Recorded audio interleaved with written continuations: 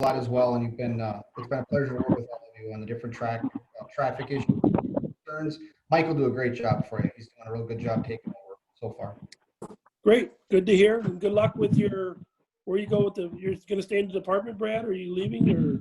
Yeah, I moved on to the other end of the hallway with staff right now. Okay, well, congrats and good luck there. Thank you. I'll move to item C, then approval of the agenda. Had a note from Alder Stevens to move items 3 and 6 up, so I'm going to put them first and then go back to 1, 2, 3, 5, 7. So do I hear a motion? So moved. Second. Motion made. Second, all in favor? Aye. Okay, motion carries. Let's move to item D, approval of the minutes. Approval of the Monday, July 20th, 2020 Traffic, Bicycle, and Pedestrian Commission meeting minutes. Do I hear approval? So move. Second. Second. Okay, all in favor? Aye. Aye. Motion carries. Under regular business, we'll move to item 3 then. Initial request, consideration with possible action on the request by Alderman Stevens on behalf of Stillmank Beer Company to change the no parking zone on the north side of Mill Street, just west of Henry Street, to a no parking 15-minute loading zone. All right, Dave, I'll let you take over from there. Okay, I'll know, or I'll say what I know, and then I'll defer to Alder Stevens. But I was contacted by Craig Stevens, who obviously was contacted by Stillmank Beer Company. Apparently, some of the staff had received parking citations for parking in a no parking here to corner zone. So I'm not sure if there's a way I can share my screen. I think I can. I can kind of show you where all this is, like a regular meeting. Would you let me do that, Matt? Yes, please. So I'll make you a co-host here in just a second. While he makes me co-host, I'll explain the rest. So they received the parking citations, and the request was asked of, can that be modified in order to accommodate the loading? And you know, as many of us know, no parking zones actually allow for loading and unloading to take place, but sometimes with particular businesses, that loading may take a little bit longer. You know, in the case of a beer company, they may have larger shipments, and they may need to go in and take care of a few things before things can get done. So, you know, when in the discussion that Craig and I had, then we thought that perhaps a 15-minute loading zone may be the most appropriate in this case. So that's something that the city would certainly be comfortable with in making that modification. So I don't know, Craig, if there's anything that you'd like to add to that? No, I think you told everything clear. Dave, you should be able to share your screen now if you need to. Okay. Can you hear me? Yes, I heard Yes. you, Craig, your explanation, and relative to sharing of the screen. So if I'll just do that briefly on this, and then I'll make my recommendation. So here we go. Screen 2. I'm on a meeting. Yes, just like a regular meeting. So here's an aerial image of, you can see these buildings here and parking lot in the center of the screen. This is Stillmank Brewing Company or beer company. So on this part of the south end of this building, or be the north side of Mill Street, I'll just zoom in here and you can see this area right here. They actually have this loading dock kind of area. So you got this garage door, and then you have this ramp that actually goes up into this area. So they do use this. I know this is probably dated, this image. I don't know why these barrels are here, but they have requested to use this area and in essence be able to load from curbside here. So, you know, just kind of looking down the street, as you can tell, there's really nothing here. It really doesn't get parked up by anybody. So the city doesn't have any issue with that, or at least Public Works doesn't. So the recommendation on our end would be on a 90-day trial to remove the no parking zone on the north side of Mill Street from a point 80 feet west of Henry Street to Henry Street. and then establishing in that same area a no parking 15-minute loading zone. Chairman, so moved. I heard a motion to approve. Do I hear a second? Second. Second. Okay. Motion made and seconded. All in favor? Aye. Aye. Sounds like a motion carries. Okay, we'll move on to item 6. Referred back from study, consideration with possible action on the request of Alderman Stevens to review and potentially change the speed limit 25 zone on North Webster Avenue from University Avenue to Vanderbrick Street.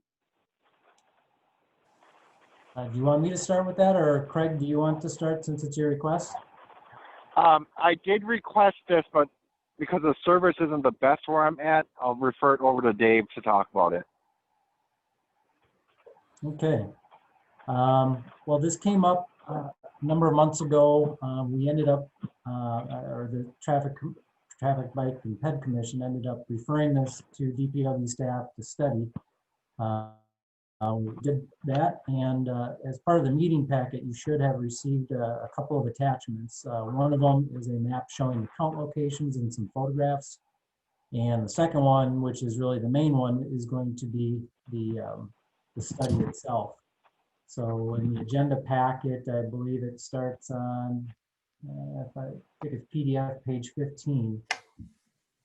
And I don't know, Matt, if you want me to share my screen again, because I do have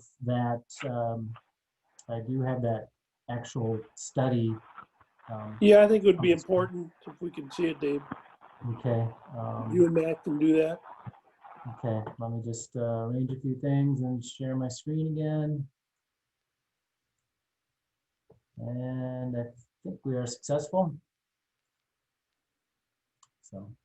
Okay, this is the memo. I'm just going to really peruse through this quickly since we've had this online now since Friday, and I'm hoping everybody had the opportunity to review this study. Starts out with the existing site conditions. So a couple of maps here just showing where the relative location is of Webster Avenue within the city. This is a little bit more of a neighborhood view. So on the south end is University. The southern limit or terminal of the study all the way up to technically Vanderbrick, which really is, it isn't even an intersection within the corridor, but that was the requested limit. In essence, it kind of stops more at Radisson Street, and both Radisson intersections and University Avenue are signalized intersections. So I do go over a little bit of the existing roadway. The one thing to take out of this is that the roadway was reconstructed in 2019. It was actually a 4-lane undivided roadway prior to that reconstruction and was upgraded not only in width, but there is a divided median now that exists. There was some access management that took place, meaning that there were a number of driveways, intersections, alleyways, and even some homes that were raised as part of the project in order to install the multi-lane path that exists on the east side of the roadway. That path was installed to accommodate the non-motorized users of that facility, such as bicyclists, and I'm talking more the professional bicyclists, I guess you'd say, the ones that are more comfortable driving along travel lanes, but this is separated for bicyclists and pedestrians to share. Which actually we've had a lot of success with that. And recently, as commissioners know, we have some bike lanes that connect to Bay Beach even from this route. So we've seen a lot of success with this. But to continue along, I guess to really discuss what we have now, and we kind of inherited, I guess you'd say, that the former speed limit that was present, and it was 25 miles an hour. And again, that was based off of a completely different roadway. So what you see in some of these photos, here's a southbound picture of North Webster Avenue near Smith Street, one of the count locations. Here's looking the opposite direction. Here you can see that multi-use path on the east side of the street. And up in the distance, you'll see some colored signs. You're seeing actually both the railroad crossing at Eastman and also some pedestrian signs. Here's some more images. You're kind of seeing a lot of the same. You're seeing 2 lanes in each direction. Here's your bike lane over here. You're seeing a green grass terrace, multi-use path. Here's the median. A pretty basic roadway if you really think about it. I think it was well overdue, but we do have a new roadway, and it's open to a lot of success. When I say success, I'm going to continue on to this next section, which is crash history. And we've actually only had 1 non-reportable crash since we've opened the roadway. That's actually awesome. And when I say non-reportable, that simply means a crash that occurred where there may have been property damage or damage to vehicles of $1,000 or less. In essence, a very minor crash, no injuries, and certainly no fatalities. And the details on this one were that there was a westbound motorist on Harvey Street, failed to yield right away to a southbound motorist on South Webster Avenue. One of the things you'll notice too with this intersection, and actually pretty much every intersection along the corridor, and this one occurring right where that multi-use path would be, is that we have great, excellent vision triangles and sight lines at this intersection. So to see even a crash like that actually even surprises me. So most likely inattentive driving, that sort of thing. Nothing to do with roadway being contributory towards that crash. Now to the main part of this study, which would be the vehicle speeds and the traffic volumes. So this map here shows the count locations. We wanted to get a good cross-section of this roadway. Now, north of Close Street, so here's Close Street, and to the north, we actually have an existing speed limit of 35 miles an hour. And to the south, all the way down to University, it's 25. So we actually have 2 count locations in the 25 zone and 1 in the 35. And this is the big data reveal right here, where we, I show each of these count locations and what these speeds have, what we documented and what we summarize. So we used road tubes to collect this data, meaning that it's out there 24/7. We collected the information between late June and early July, so we have a lot of data that we were able to go through. And we can look at all of these different segments, but there's a lot of very similar information. This last one here, this last table, is really a summary of the entire corridor. So I really averaged everything out, and I broke it down into weekday and weekend, and then even that data summarized into all, meaning 7 days a week. This is really what we're coming up with. So to really boil down all of the data that we got from this corridor, we have an average speed of 34. That's literally just taking the average of everything. We have a 50th percentile speed, meaning half the traffic is going this speed or faster, and half the traffic is going this speed or slower. That would be 34 miles an hour.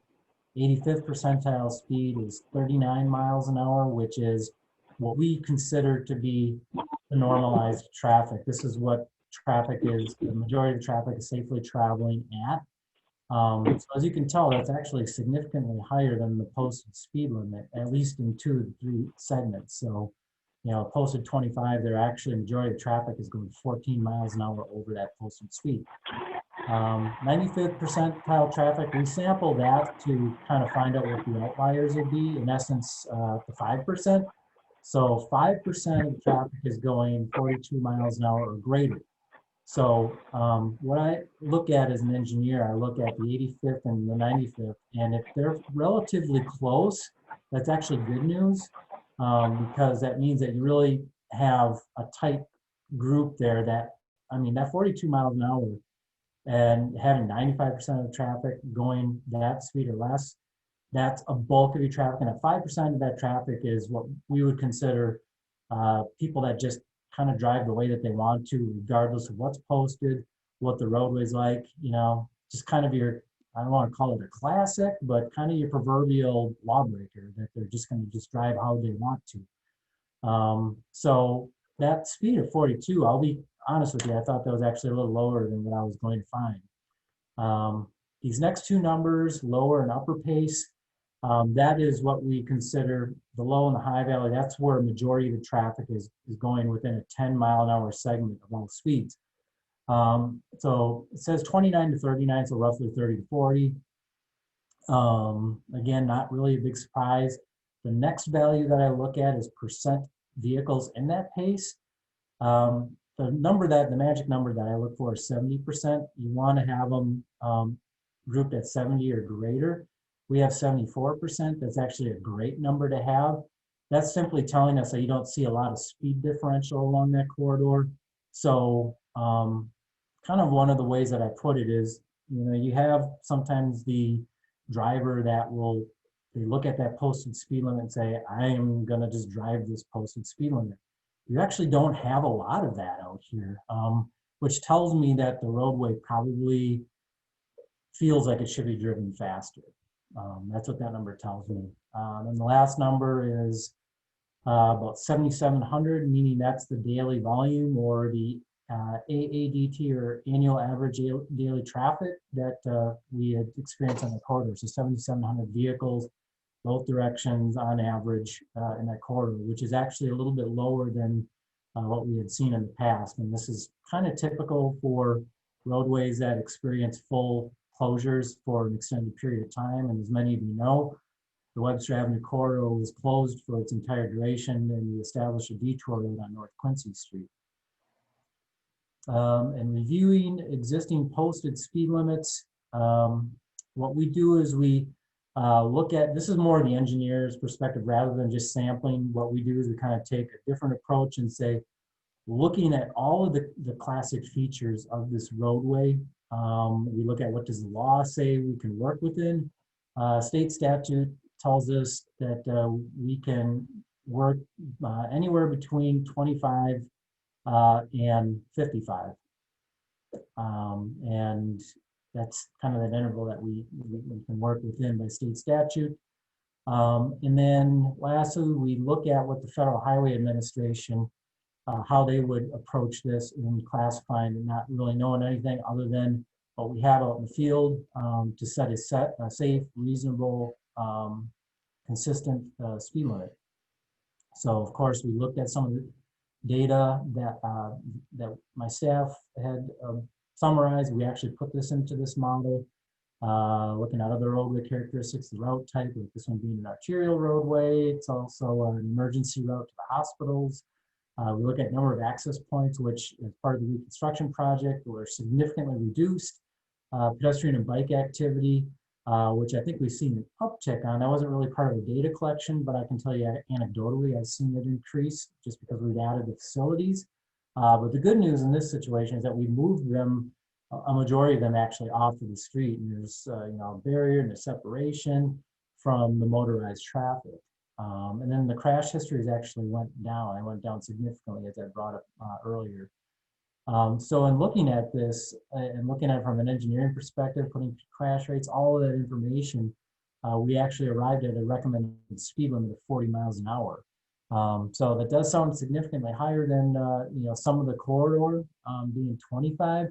But to be quite frank, it doesn't really surprise me. And it doesn't surprise me based off of these numbers that we collected. And these are numbers that are being traveled at safely, which is a good thing. So, when conducting this engineering evaluation, coming up with 40, it really was not a surprise. Some of the discussion, this is really a lot of stuff I've already gone over as part of me going through this data.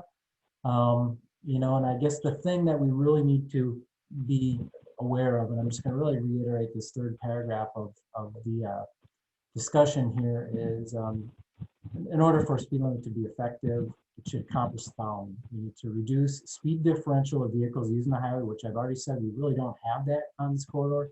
It needs to be a reasonable speed so the majority of drivers will comply voluntarily. So that recommendation 40, we got an 85th percentile. Again, that's that number we like to look at. Being 39, that's within 1 mile an hour to get voluntary compliance. And it really should reflect consistent application of traffic engineering principles and guidelines.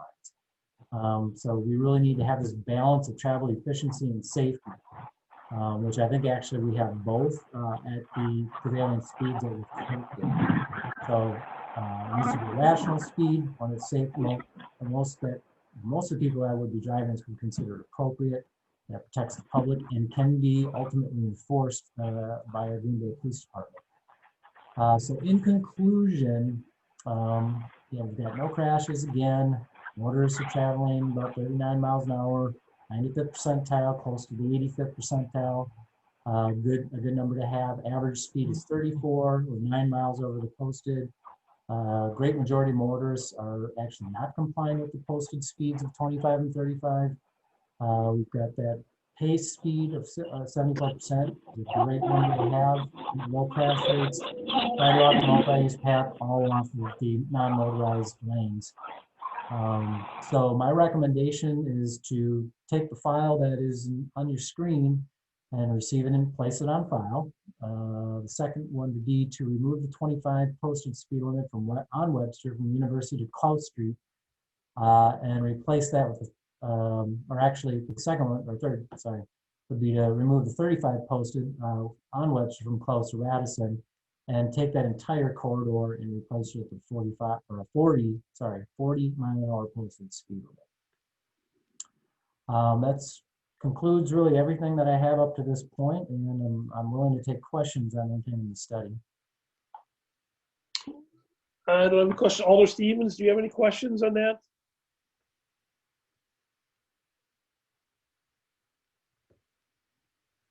I think we lost him. No, he's muted. Dave, what is the speed limit starting at Radisson? I'm Street? here. Oh, sorry. So, Hello? Yeah, Craig, we had one question, and Bridget, could you repeat that? Oh, I'm just wondering what the speed limit is starting at Radisson then on Webster. Starting at Radisson towards the freeway? Yeah. That would be the continuation of 35.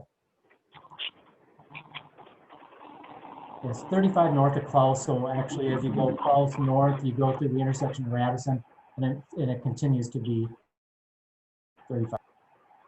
Should that be 40 as well? I guess that's my question. If we're changing it to 40, and I guess I just get nervous because there's a stop sign eventually there. We'd be going 40 around that curve. Right. I have new drivers, so Yes, I can empathize with you. That's a great question, Bridget. I have a comment too. Yeah, go ahead, Craig. I know you're recommending 40, but my recommendation would be 35. Because, by Radisson is 35. Let's just make it 35 from Radisson to University. yeah, that's kind of what I'm getting at too, I think. And Dave, I do want to thank you and the staff for putting this together for us. Yes, it was a great project. I'm actually glad that you brought this up because,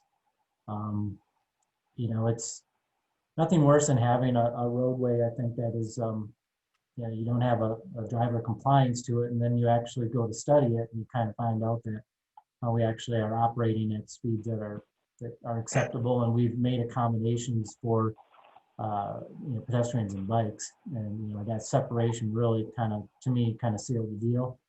All right, and I brought it forward due to the fact we're cracking down on speed throughout the city, and it feels like we have a brand new street that's recommending a higher speed limit.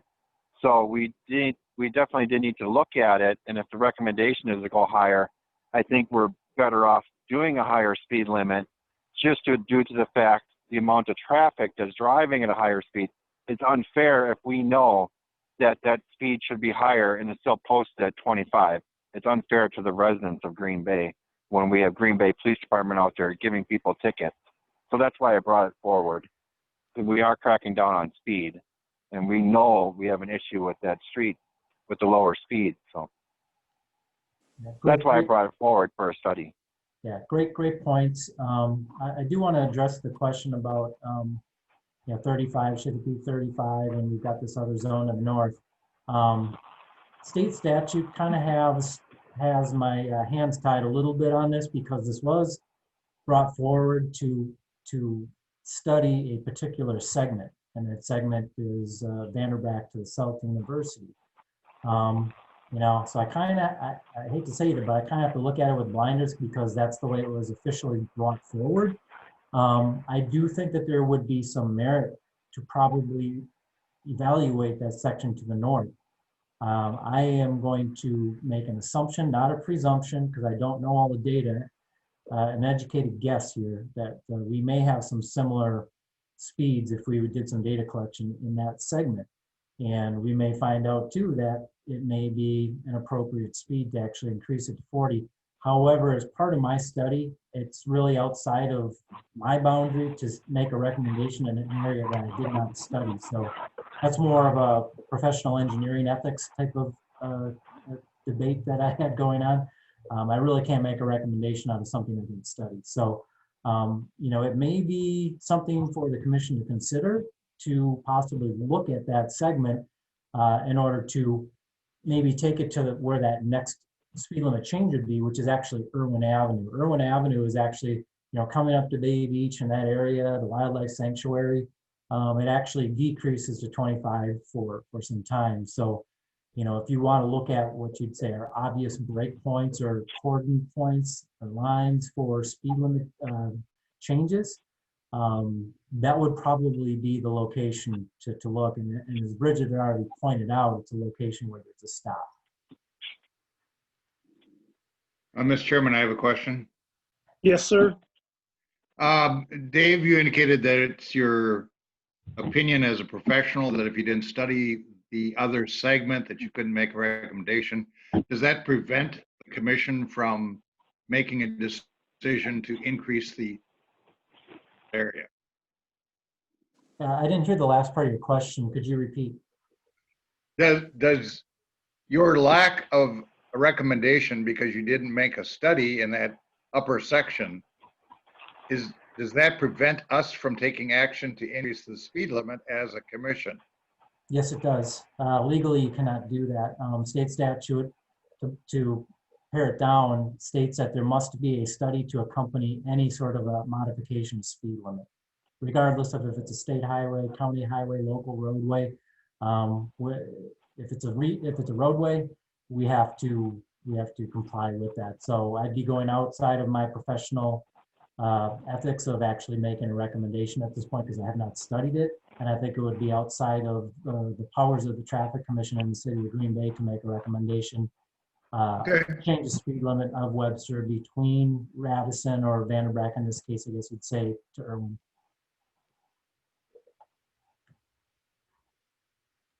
Okay, very good. Thank you. However, I don't think it would be outside. Is there a consensus to go from 25 to 35 in the section that has studied, what is it, University to Radisson? I'd be in favor of that. Second.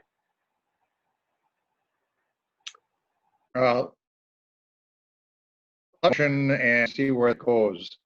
So I'd that we increase the speed limit to 35 miles an hour from University Avenue, Radisson. And you might want to do one add on request for staff to study the area north of there. Well, let me ask you this. If there's a study that's conducted of the area north of this study area to Irwin, and that study comes back 40 miles an hour as a recommendation, is that indicative that potentially the Traffic Commission may want to also look at this segment that we studied here today and summarized, bringing that back to 40? And the only reason I bring that up is it's really not good practice to be changing speed limits like this that quickly.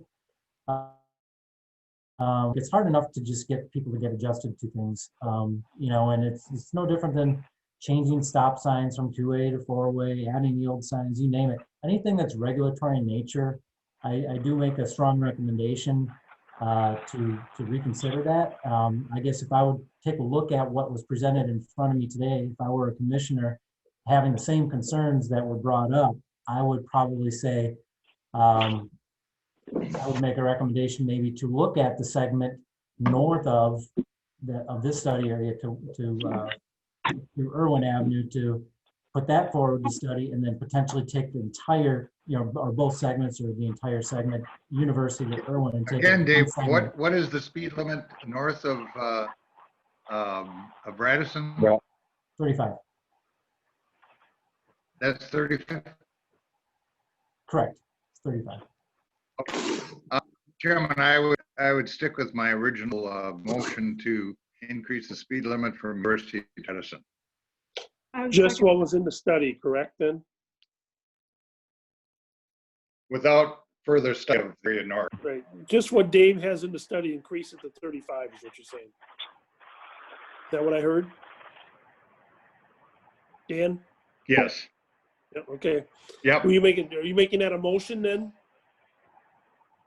Yep. Okay. Motion. I'll second that. Okay, motion been made and seconded. All in favor? Aye. Aye. Sounds like the motion carries then. All right, we good on that one then? No? Okay, I'm gonna move on. I'm gonna move back to under regular business, item 1 then. Initial request, consideration with possible action on the request for Alden Gerlach to establish a no parking here to corner zone on the south side of Fern Lane at Bader Street. Would you like me to go first, or Alder Gerlach? Either one. Alder, do you want to lead the No, charge on this one? I think that I have nothing to add besides what's in the agenda item. I think that it's well explained, so I don't think I'll have to say anything. Okay, all right, fine enough. Dave, go for it then. Okay, I'll just summarize what's in the packet, and if you like, I'll share my screen as I make the description. Yeah, I think that's a good idea so we can see it, Dave. Okay, so the image on the screen shows the intersection of Fern Lane, which is the east-west street, and Bader Street. It tees into Bader Street, which runs north-south. I'll zoom in a little bit closer, and it's this area here that I'm highlighting on the south side of Fern Lane that's in front of this house here. And you can see there's two little carriage walks that go up to the street. It's this area here. So it's reported that there have been motorists parking too close to the intersection. They perhaps maybe are even within the violation of the 15-foot rule that we have. That's section. Don't know, but I do know that this has been providing some difficulty for some of the turning movements here. Let's say if there's a vehicle here, there's a vehicle that's eastbound that wants to go north or south onto Bader Street, and let's say there are buses coming in and out because we have a school here to the west. It makes it a little bit more difficult and tight. And Fern Lane is actually on a slope, so it slopes up to Bader Street. So in the wintertime, that can also make it a little bit tricky and slippery and adds a little bit of complexity to the traffic conditions at that intersection. And that with this driveway here, when there are vehicles parked here, that the residents here have stated that they've had some difficulty backing in, leaving, entering the driveway when this gets so parked up, and proximity to the intersection, and just everything all combined together. So with that, I did have a discussion over email with the alder, and we had come to a mutual conclusion that establishing a no parking the corner zone on the south side of Fern Lane, the distance that I had come up with was 80 feet to establish that area here, and it should resolve the issues that I brought forward. So that the recommendation, again, a 90-day trial establishing a no parking zone on the south side of Fern Lane from a point 80 feet west of Bader Street to Bader Street. Okay, do I hear a motion? Don't move. So moved. Second? Second. Motion made and second. All in favor? Aye. Aye. Motion carries. 2, initial request, consideration with possible action on the request for Alden Galvin to remove the no parking Monday through Friday zone on the west side of Irwin Avenue from Cass Street to Mason Street. Alder, do you want to start with, Sure. or have Dave start? And you'll see later on, there's a map of the street that Dave has. If you look on the west side of the street, just towards Mason Street. There's 2 residential homes there.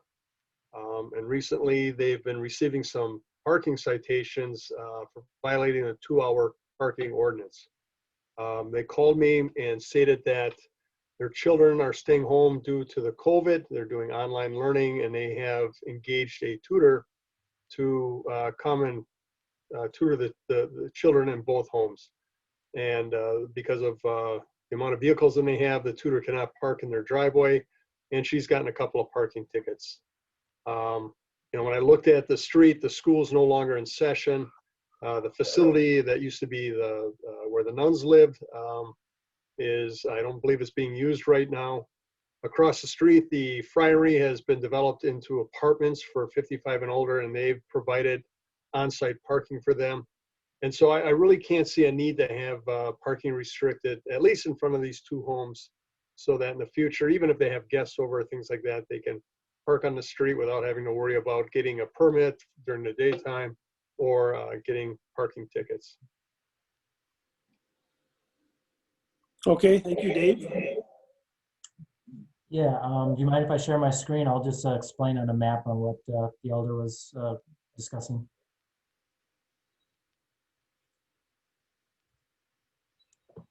So here's the map, and Mason Street is to the north, east, west. So South Irwin is the street in question. As a matter of fact, we've had some items that we've motioned through on Cass Street here recently, and is actually on the agenda later on as item 7. But this is the area. These are the 2 homes in question that were receiving the citations. Now, this zone that's shown here in a dashed black line, that is a no parking Monday, Friday zone. And the dashed green line is a 2-hour Saturday and Sunday only zone. So during the week, as you can see, they have some restrictions there, and then the weekend it relaxes.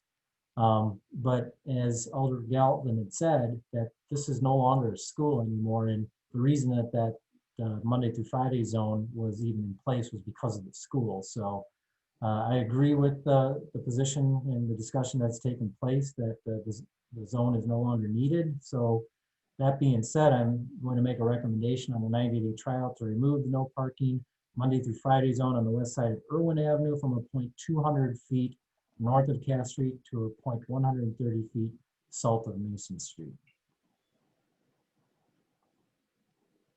Okay, do I have a motion? I'll make that motion. Motion been made, and do I hear a second? Second. Motion made and second. All in favor? Aye. Motion carries. Move to item 4. Thank you very much. Thank you, Alder. Consideration with possible action on request by the traffic engineer to move to ordinance the speed limit reduction on Hillcrest Drive from Haven Place to West Point Road from 35 to 25 miles per hour. Yes, this one was kind of a search of the archives and regulations that led me to an interesting finding, but I'll paint you through it. On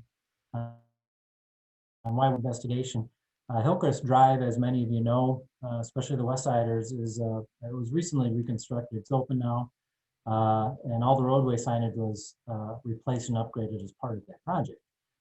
So we do that here at our city sign shop, and so during the resigning of that roadway, it was discovered that the traffic regulations, as in we have an official document of that, did not match what was actually signed in the field prior to reconstruction. Looking into this, some of the legal documents, etc. So what I found out was that actually in May of 1995, the posted speed limit on Hillcrest Drive from Haven, which is the south limit of that project, to West Mason was actually 35.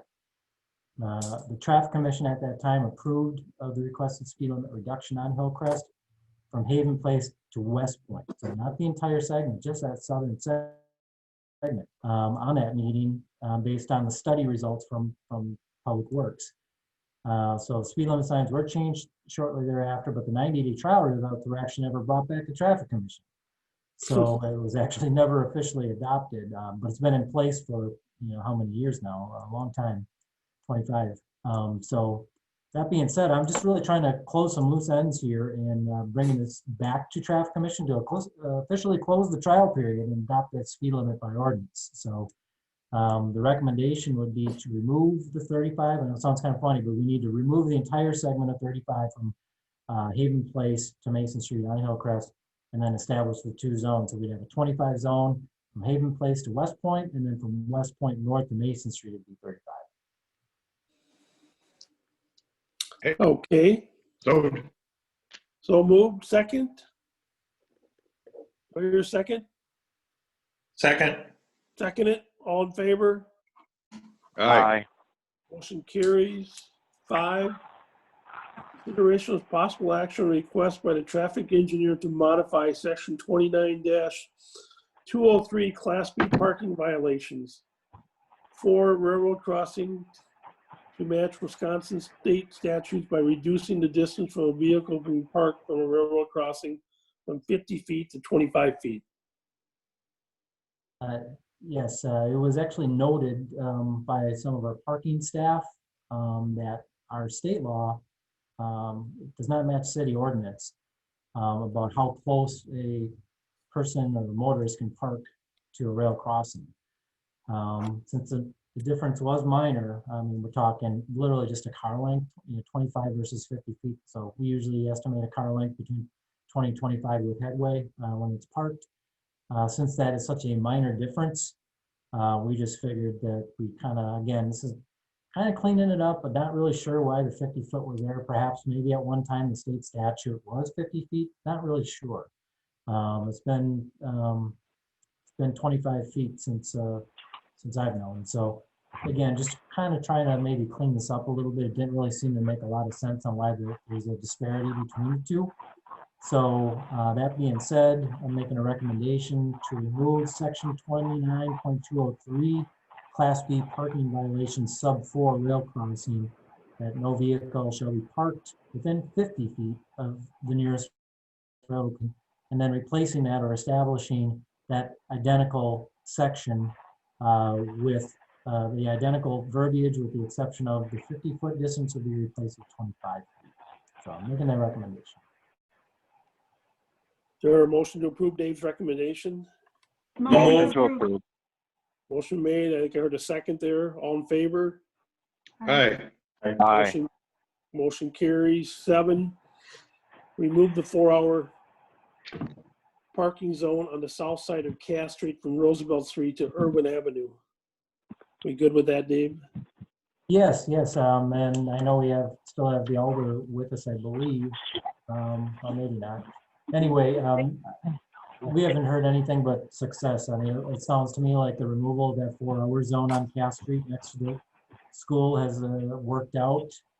It's accommodated the additional traffic that they have there from the way that they lease that building out now, and I don't think it's raised any issues with any of the residents there. So I think it's worked. So I'm making a recommendation for item 7 to go from a 90-day trial and adopting it to ordinance. Okay, I'll entertain a motion to approve Dave's request. Motion to approve. Motion been made, and I think I heard a second, so all in favor? Aye. Aye. Okay, motion carries. Hey, we're almost there. Informational next meeting. I know, Dave, do we talk just briefly, do we want to do virtual, or do we want to do an in-person meeting, or what's the, from City Hall on the thoughts there going forward here? Yeah, again, we're still in a state of flux. We have not seen any direction from HR relative to an update of the reopening plan. We're still in what we call phase 1. Phase 2 is actually in the plan, but we're not there yet. So this does allow us still to have hybrid meetings. So if we want to have people to come in person, we can have that. I know that we had actually considered it for this meeting, but we had some room logs and conflict errors with another group that was meeting. So we just decided to just make this one virtual just to make it easy on everybody. So I guess we can kind of just play it by ear. I'll be quite frank with you, just the way I'm seeing opinion. I'm seeing, we kind of were at this state at the end of summer where there seemed like a little bit of relaxation citywide and actually statewide relative to mask ordinance, people meeting, stores opening up, and how they're enforcing mask, everything like that. So, but then you're also kind of seeing now the schools back in session. We're starting to see some schools are going back to virtual temporarily and everything like that. So kind of seeing more of a tendency to maybe going towards the, backwards maybe a little bit. So I'm a little reluctant to say that I'm confident that we would be able to have an in-person meeting. I think that is probably unlikely. However, I think still the possibility of having a virtual meeting or a hybrid meeting, excuse me, I think is very plausible. And we still have the ability to do that. If it comes down to having, again, some meeting conflicts with the other commission, I'm willing to go kind of either way. I do eventually would like to see us come back in person because I just think we had a lot of good, in-person discussion prior to going virtual. And as we kind of even seen today with Alderman Stevens, and sometimes there can be issues with internet connection and phone connections and things like that. So I think we still need to be open to the hybrid meeting at minimum, and potentially even in person. So if we can get to that complete in person, but I'm in favor of a hybrid meeting, but I'm also willing to go back to virtual, like what we're doing tonight, if we have to. Yeah, I'm good either way. My 2 cents. The only thing, have you heard? Has there been any comments from the citizens of Green Bay about access to the meetings? Because they can come in person. It seems like we used to have meetings where people would show up from time to time. We're now virtually. I mean, we've been 3-4 months now where nobody is brought up, and maybe there's nothing to bring up. I don't know, but that's my only concern going forward is having the meeting in person. People seem to be more willing to come down to City Hall and voice whatever they want to voice, whatever it is. So you want to be fair to the citizens of Green Bay is my only reason to push maybe getting back at some point. But I think the concern right now with COVID-19 and where it's going into the winter, fall and winter, is a valid concern to have maybe a hybrid or the virtual meeting. So I totally agree with what you're saying, Dave. And I just want to make sure if somebody's got a voice that they're heard in the city. That's my own reason to think to get back to meeting at City Hall at some point. I mean, I like the virtual meetings. They work pretty quick, and everybody can be where they want to be and still be at the meeting. So I don't know, any other commissioners or anybody else have a comment yet today?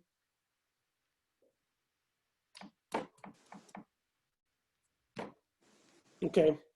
If not, or if you do have something to share with Dave, I think, Dave, your thought is, see what the next 30 days plays out, at least look at a hybrid meeting, and, we'll see where we're at in the week before or whatever, I guess is what I would say at this point. So. Right. And I don't know. I mean, I think what we did this last time, I thought worked out well. And, again, with some of the room meeting conflicts that we've had, although I know that we're starting to get better recording capabilities, because I know that that's some of the issue as well with doing virtual, is getting everything recorded. So we have a lot of different things. We got COVID, we've got room scheduling issues, things like that. So I guess my recommendation is just to kind of continue on and just, really let's just focus on what our reopening allows us to do and be very flexible with that. I think we all have been doing a great job of being flexible. And I do agree with your position that, if there are residents or other people that want to come and speak in person on this, that if we have that ability to do that at the time of scheduling, to always keep that under consideration. Okay, sounds like a plan going forward then. With that, I would entertain a motion to adjourn our meeting for tonight. Do I hear a motion? So moved. Okay, motion been made and seconded. All in favor? Aye. Aye. Okay, we are adjourned. We will see you in 1 month, except Lieutenant Brad.